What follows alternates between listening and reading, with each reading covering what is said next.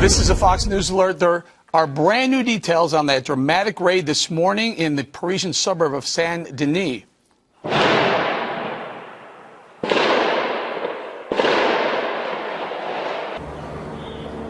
French SWAT teams were able to neutralize a terror cell that investigators say was planning to launch new attacks any moment. 5,000 rounds were fired in that battle that lasted for hours, and it ended with at least 2 people dead, including a female suspect who blew herself up. The raid targeted the suspect's mastermind of Friday's attacks, the 27-year-old Abdul Hamid Aboud, but his fate remains unclear. There are reports he was killed, but French officials have not confirmed that. With us now, Geraldo Rivera, who was in Saint-Denis earlier. He joins us live from Paris. Now, Geraldo, when we heard here that they may have caught or killed Aboud, a lot of our reactions was, wow, the French were working fast. Is this the play? Should other, I don't know, governments, should America look at the French and say, look at how they're doing it? It's only a couple of days later, and they may have gotten the mastermind. You know, Eric, the Friday the 13th massacre here in the City of Light in Paris was a colossal failure of French intelligence. Today was a triumph in the pre-dawn hours. We're using a combination of electronic surveillance, wiretaps, and informants. They knew exactly the safe house where this clique with this group of gangsters was hiding out. The safe house in Saint-Denis. To explain to our audience what the neighborhood is like, it's about 4 miles north of Paris. It's kind of like Fort Apache, the Bronx was in the 1970s. It's a migrant community, a lot of people coming and going, some with documentation, some without. Nobody knows who lives there, kind of a sketchy neighborhood. To me, when I heard it was in that neighborhood, I breathed a tremendous sigh of relief and then got swept over with anxiety, remembering that it was in that very neighborhood. That's where many of the people who scattered from the soccer stadium less than a mile away, that's where they went as they tried to make their way back to Paris. After they closed the metro, no taxis were available. All the hotels were closed. So after those 3 suicide bombers attempted to wreak absolute havoc, imagine the massacre if they had managed to time their assault on the soccer stadium correctly and had mingled with the crowd, with the tens of thousands of people, including the president of France, including my daughter. The carnage, the 129 dead, would have been far worse. But the gunfire that rang out this morning was the wrath of France, Eric, coming down, crushing this group. The female suicider, as you mentioned, blowing herself up. Her colleague, who we think is Abdul Hamid Aboud, the ringleader. That's what the Washington Post, at least, is reporting. He was just his body just in pieces, and the other, at least 8 others arrested. This is a major victory for France. France has declared war on ISIS. The United States has to declare war on ISIS. Right. Geraldo, we're going to bring it around the table. KG is going to kick it off. You know, Geraldo, I'm just wondering, having you experienced, being here for 9/11, now you're there in France when you ran over to be able to be with your daughter. Describe kind of what the mood is like. Are people appreciating the increased security on behalf and intelligence that's working now in their favor from France?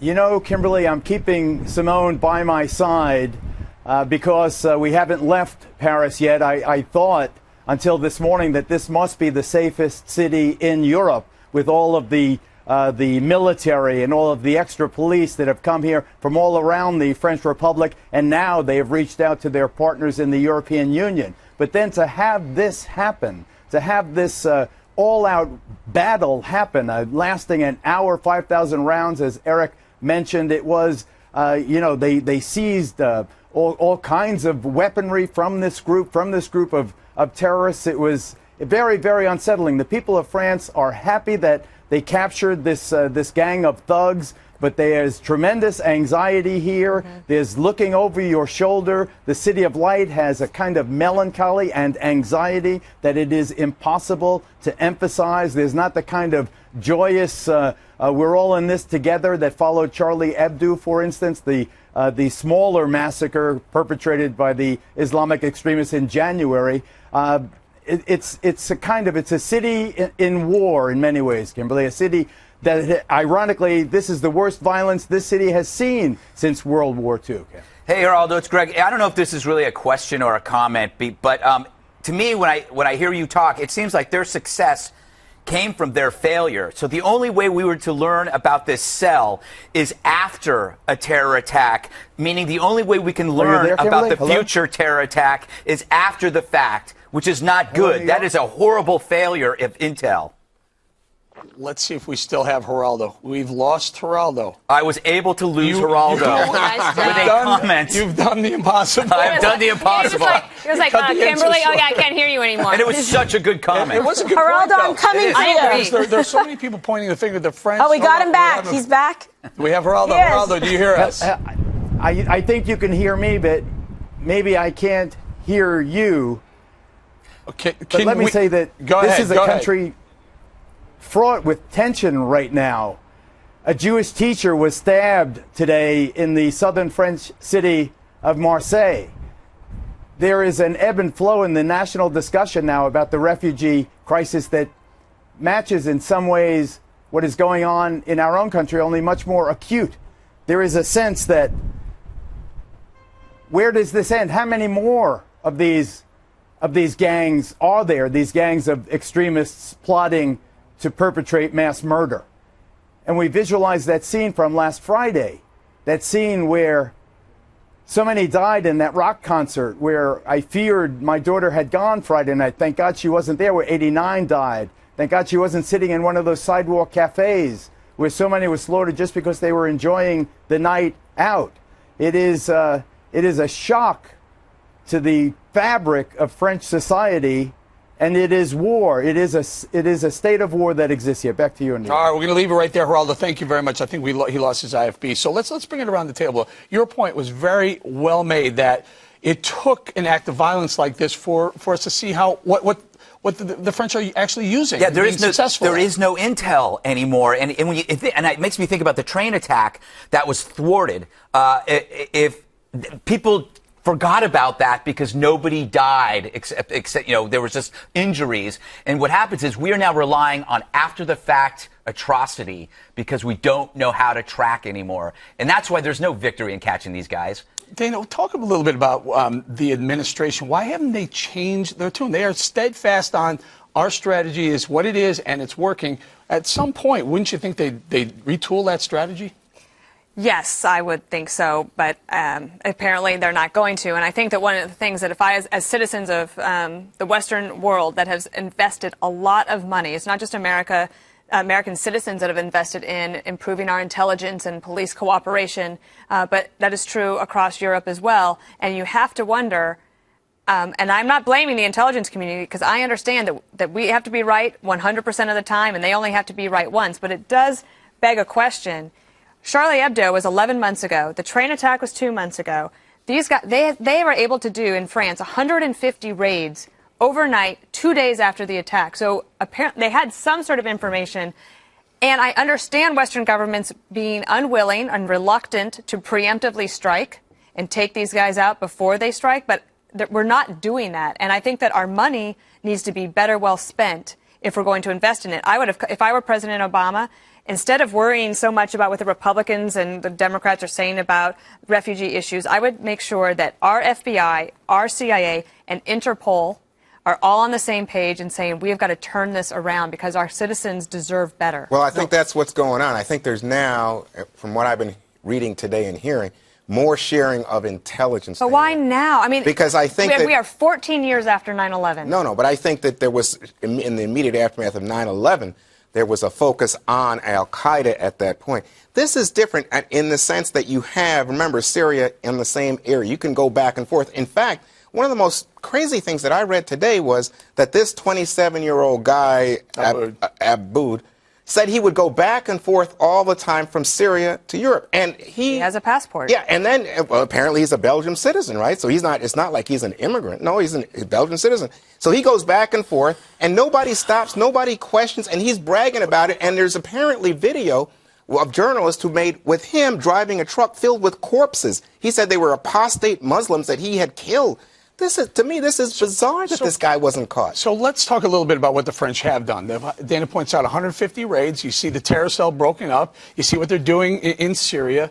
Are they the new map for how to fight terror, and should we be taking the lesson from what they're doing? Oh my gosh, Eric, I think you underestimate what our intelligence agencies well, tell me do what they're every doing. day. We bust up things all the time. But besides, and really, Eric, you're missing the point. What about the backlash? I mean, Exactly. they're already talking about an online backlash against migrants. You know, if that was our only problem, was that our violence against our citizens were online. But we have to worry about, what our actions, whether they are politically correct or are we being intolerant. I think what you're seeing right now is France is all that's going out the window. Well, KG, what's going to take for all that to go out the window right here in Washington? Well, courage, vision, death? Perseverance. I hope not death, but I mean, does it have to always be American blood? Can we learn from this example, for the love of God and do something? Because we don't need another 9/11 here. We really don't. But the fact that there is just a complete abdication of leadership to make the decisions, when you have a military that's saying, please listen to us, we are ready, willing, and able to serve. Please address the rules of engagement that are hampering our ability to conduct the raids and do what we need. If there's even a possibility of one civilian lost, they'll say it's a no-go and they'll peel off. So it's like 75% is the number of raids that they attempt to do that get turned around because they say, no, it's no good, it's no good. I mean, come on. You know what this is? You know where this is right now in terms of the intelligence community, Eric, is a focus on things like these game sets that they communicate through without going through the internet. So you hear the FBI director and the director of national intelligence saying, you know what, we got to do away with this. We have, after Snowden, everybody's so concerned about civil liberties. They're saying, if you expect us to stop it, you got to give us the ability to read the communication between the terrorists. Here's what I heard this morning with Josh Earnest on both networks, this network and one of the other networks. He's basically saying, it's about time France and Russia step up to the plate. We've been doing this all along.